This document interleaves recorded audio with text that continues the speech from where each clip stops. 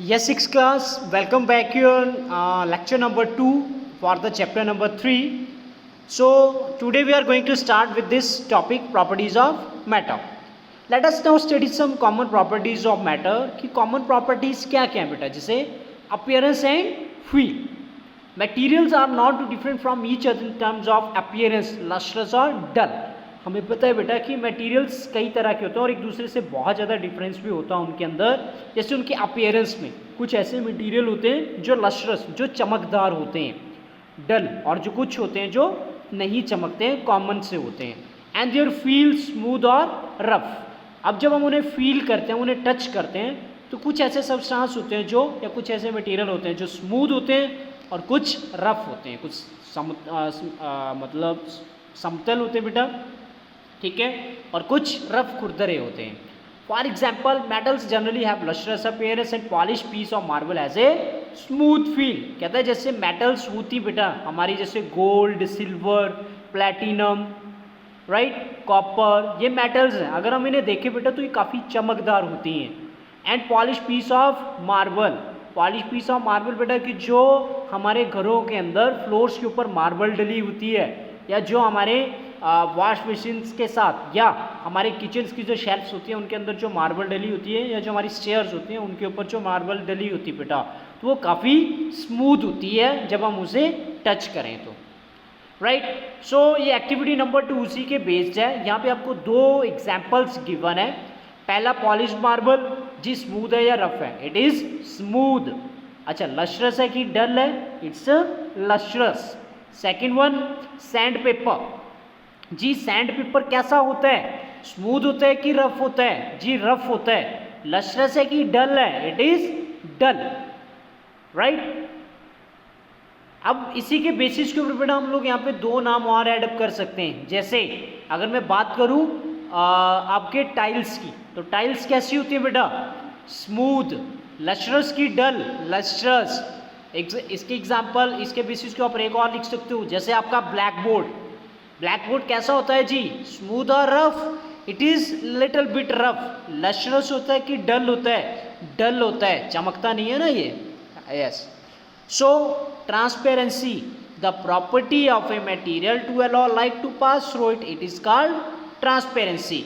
अब बेटा कहता है कि हमारे पास कई ऐसे मटेरियल्स होते हैं जिन मटेरियल्स की क्या प्रॉपर्टी है कि वो अपने में से ईजिली लाइट को पास होने देते हैं। जैसे हमारे विंडो ग्लासेस होते हैं, खिड़कियों के जो दरवाजे होते हैं उनके ऊपर हम लोगों ने जो शीशे लगा रखे होते हैं वो ट्रांसपेरेंट होते हैं। कई हमारे घरों के अंदर बर्तन होते हैं कांच के, वो ट्रांसपेरेंट होते हैं क्योंकि उनके ईजिली आर पार हम लोग देख सकते हैं।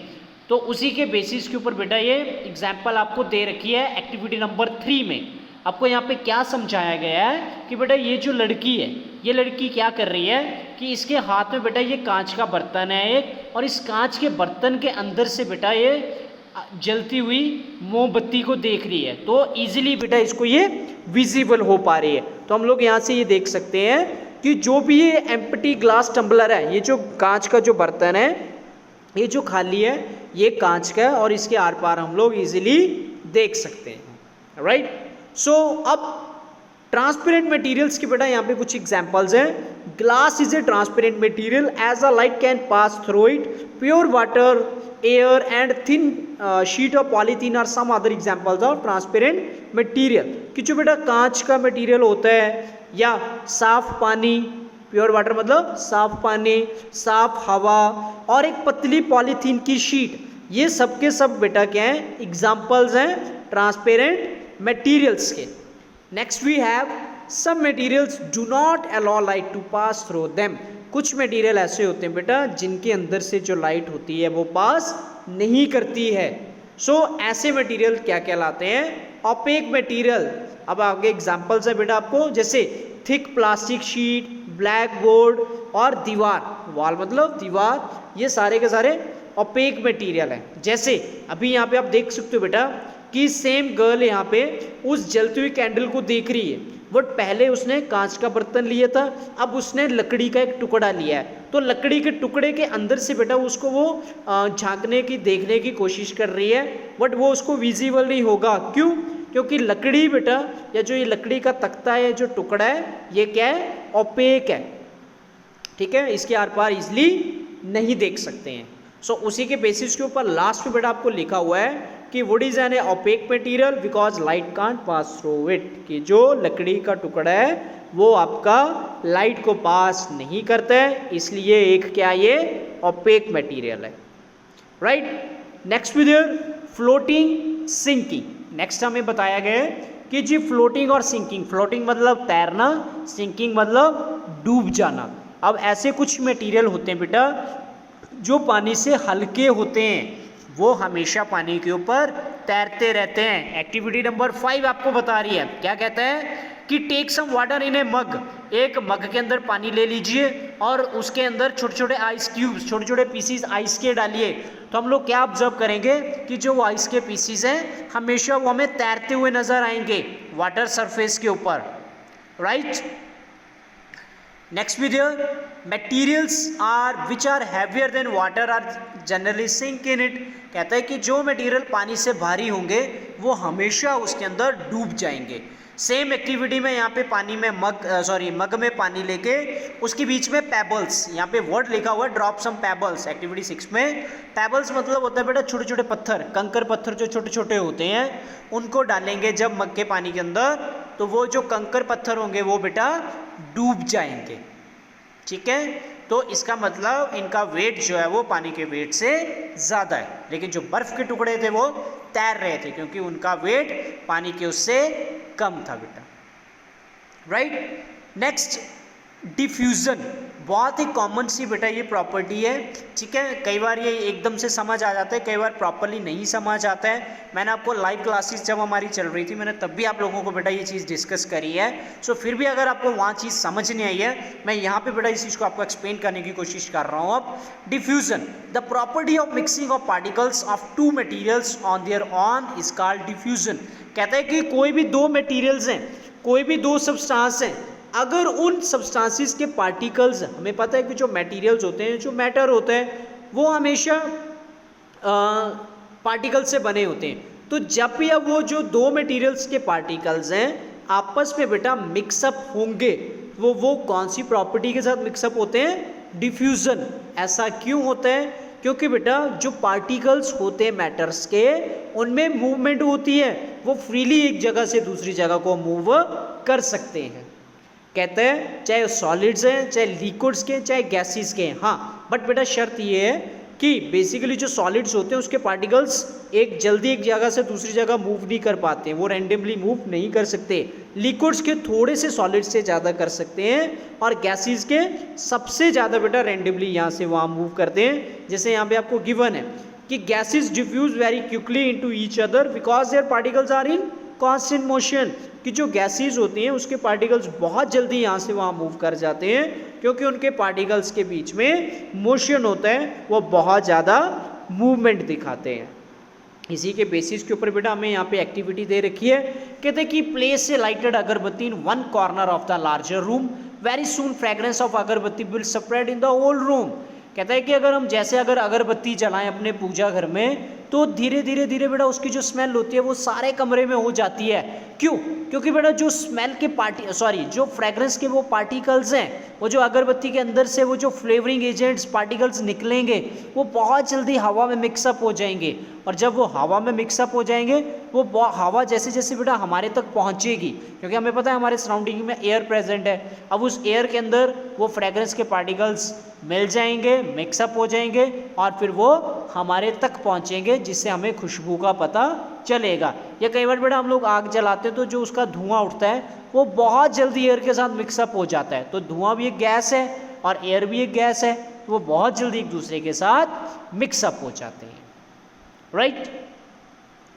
नेक्स्ट कहते हैं जी liquids diffuse into each other quite slowly, कि जो लिक्विड्स होते हैं वो एक दूसरे के साथ बेटा बहुत स्लोली क्या कर पाते हैं, डिफ्यूज कर पाते हैं। This is because particles in a liquid are not so free so move as they are gases. कहते हैं क्योंकि जो लिक्विड्स के पार्टिकल्स होते हैं वो थोड़ा सा स्लो मूव करते हैं, किसके कारण, क्योंकि जो लिक्विड्स के पार्टिकल्स की मूवमेंट है वो गैसेस के पार्टिकल्स से थोड़ी सी कम है बेटा, इसीलिए वो थोड़ा धीरे मूव करते हैं। जैसे अब आपको एक्टिविटी नंबर 8 में दिखाया गया है, इसमें आपको बेटा ये बताया गया है कि आप एक बीकर के अंदर नॉर्मल पानी ले लीजिए, सादा पानी, उसके अंदर आप इंक की ड्रॉप्स डालिए, ठीक है, स्याही की बूंदें डालिए थोड़ी सी।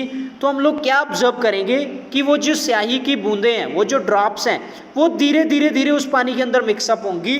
यू कैन सी वो धीरे धीरे स्प्रेड होंगे इस एक्टिविटी के अंदर। ये जो मैं डायग्राम आपको जूम इन करके दिखा रहा हूँ, फर्स्टली बेटा वो ड्रॉप्स डाली गई, फिर आपने देखा बेटा स्टेप बाई स्टेप वो धीरे धीरे धीरे धीरे वो जो लिक्विड है, इंक भी एक लिक्विड है, वाटर भी एक लिक्विड है, तो वो धीरे धीरे एक दूसरे के साथ मिक्सअप हो रहे हैं and in the last one portion में जाके वो कंप्लीटली क्या हो जाएंगे बेटा, वो जो इंक है वो पूरी तरह मिक्सअप हो जाएंगे, right, yes. Now next with your solids diffuse with each other because their particles are held tightly and cannot move freely। कहते हैं जो सॉलिड्स होते हैं ना वो बहुत एक दूसरे के साथ इतनी जल्दी या डिफ्यूज़ होते ही नहीं हैं। भाई क्यों नहीं होते हैं?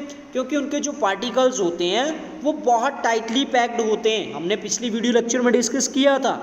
And can not move freely, और वो ना फ्रीली मूव कर सकते हैं। For example sand and stones do not diffuse into each other.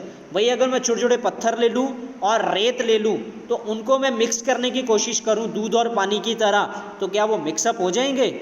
कभी नहीं होंगे, क्योंकि वो दोनों सॉलिड्स हैं और सॉलिड्स के अंदर जो डिफ्यूजन होती है वो बहुत कम फॉर्म में बेटा होती है, right. But solids can however diffuse slowly into liquids, कि जो बेटा हमारे सॉलिड्स होते हैं वो लिक्विड्स के अंदर डिसॉल्व हो सकते हैं स्लोली स्लोली। कैसे? भाई अगर हम दूध के अंदर चीनी डिसॉल्व करें ना तो ईजीली डिसॉल्व हो जाएगी धीरे धीरे, बट अगर मैं शक्कर मतलब चीनी और नमक को मिक्स करना चाहूँ तो पॉसिबिलिटी बहुत कम है बेटा, ना के बराबर है। Okay, next with your activity number 9 बेटा। ये जो एक्टिविटी नंबर 9 है ना, ये बेसिकली केमिकल के साथ करी गई है जिसका नाम है पोटाशियम परमैंगनेट। ये एक बेटा सॉलिड फॉर्म में होता है, हल्का सा डार्क ब्राउनिश इन कलर होता है। जब भी इसको पानी के अंदर मिक्स करा जाता है it gives pinkish colour, dark pinkish colour बेटा ये देता है। तो इस एक्टिविटी में आपको यही समझाया गया है कि आप कांच के बर्तन में पानी ले लीजिए, फिर 3 से 4 क्रिस्टल्स डाल दीजिए, छोटे छोटे दाने होते हैं बेटा इसके, वो आप पोटाशियम परमैंगनेट के उसके अंदर डाल दीजिए। फिर हम क्या देखेंगे बेटा कि वो जो पोटाशियम परमैंगनेट है ना वो धीरे धीरे 15-20 मिनट के बाद जाके पूरी तरह से पानी के अंदर मिक्सअप हो पाएगा, because it takes some time. Potassium permanganate solid होता है, वाटर एक लिक्विड है, डिसॉल्व तो वो हो जाएगा बट लेकिन इट टेक्स सम टाइम बेटा। Okay, next with your dissolution. Dissolution ये भी बेटा एक बहुत इंपॉर्टेंट कंसेप्ट है, राइट, और फर्स्ट टाइम आप इस चीज़ के बारे में पढ़ रहे हो। बट यहाँ पे कुछ डेफिनेशंस हैं, जैसे फर्स्ट वन आपको टर्म लिखी हुई है डिसॉल्व्ड। क्या मतलब है कि when some substance mix completely with another substance to give a clear solution we say it has dissolve.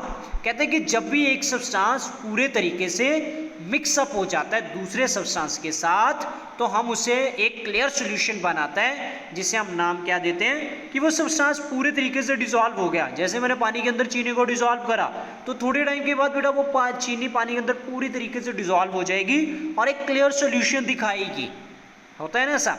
सो हम कह के जी चीनी पूरी तरीके से डिसॉल्व हो गई। So this property by which a substance dissolve in another substance called dissolution. तो ये एक प्रॉपर्टी है जिसमें कि एक सब्सटेंस दूसरे सब्सटेंस में डिसॉल्व हो जाता है, उसको हम लोग क्या नाम देते हैं बेटा? डिसॉल्यूशन का। उस प्रॉपर्टी को हम लोग नाम देते हैं डिसॉल्यूशन का, right. Next we have water can dissolve a large number of substances in it. Let us learn about the dissolution of solid, liquid and gas in water. कहते हैं कि जो पानी है वो हर तरह के, चाहे सॉलिड है, चाहे लिक्विड है, चाहे गैस है, सबको बेटा डिसॉल्व करने की क्षमता रखता है। सो हम लोग अब 1 बाय 1 करके डिस्कस करते हैं कि कैसे जो वाटर है वो सॉलिड्स को डिसॉल्व करता है, कैसे लिक्विड्स को और कैसे गैसेस को। बट बेटा कुछ सॉलिड्स ऐसे होते हैं जो पानी में डिसॉल्व हो जाते हैं, कुछ लिक्विड्स ऐसे होते हैं जो डिसॉल्व हो जाते हैं, कुछ गैसेस ऐसी होती हैं जो पानी में डिसॉल्व हो जाती हैं, बट कुछ सॉलिड्स ऐसे होते हैं जो पानी में डिसॉल्व नहीं होंगे, कुछ लिक्विड्स भी नहीं होते हैं और कुछ गैसेस भी नहीं होती हैं। So we will discuss each solid तो नहीं, और लेकिन मैक्सिमम एग्जांपल्स हम लोग डिस्कस करेंगे जो पानी में डिसॉल्व हो जाती हैं या नहीं होती हैं। वैसे हम लिक्विड और गैसेस के केस में भी देखेंगे। So dissolution of solids in water, मैंने आपको ऑलरेडी बोल दिया, जो लाइन यहाँ पे अब ये लिखी हुई कीजिए, कुछ डिसॉल्व हो जाते हैं सब्सटेंस, कुछ नहीं होते हैं, राइट। सो इसी के बेसिस के ऊपर हम लोग एक एक्टिविटी करके देखते हैं। एक्टिविटी में 10 में आपको क्या बताया गया है, इस एक्टिविटी में बेटा आपको ये चीज़ बताई गई है जी, आप 3 टेस्ट ट्यूब ले लो, 3 कांच की गिलास ले लो, तीनों को पानी के साथ भर लो आधा आधा। फिर आप क्या करो कि एक के अंदर 1 चम्मच चीनी डिसॉल्व कर दो, एक के अंदर नमक डाल दो और एक के अंदर रेत डाल दो, सैंड डाल दो।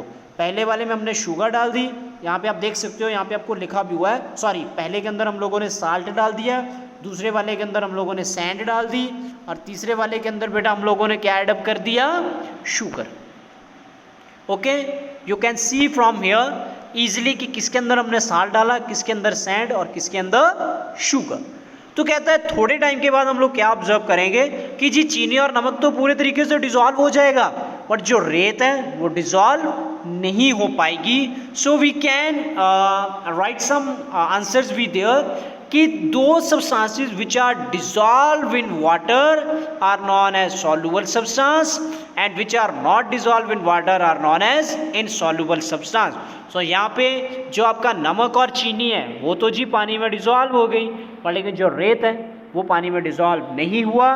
तो जो आपका नमक और आपकी चीनी है वो डिसॉल्व हुई है, तो they are non as soluble substance.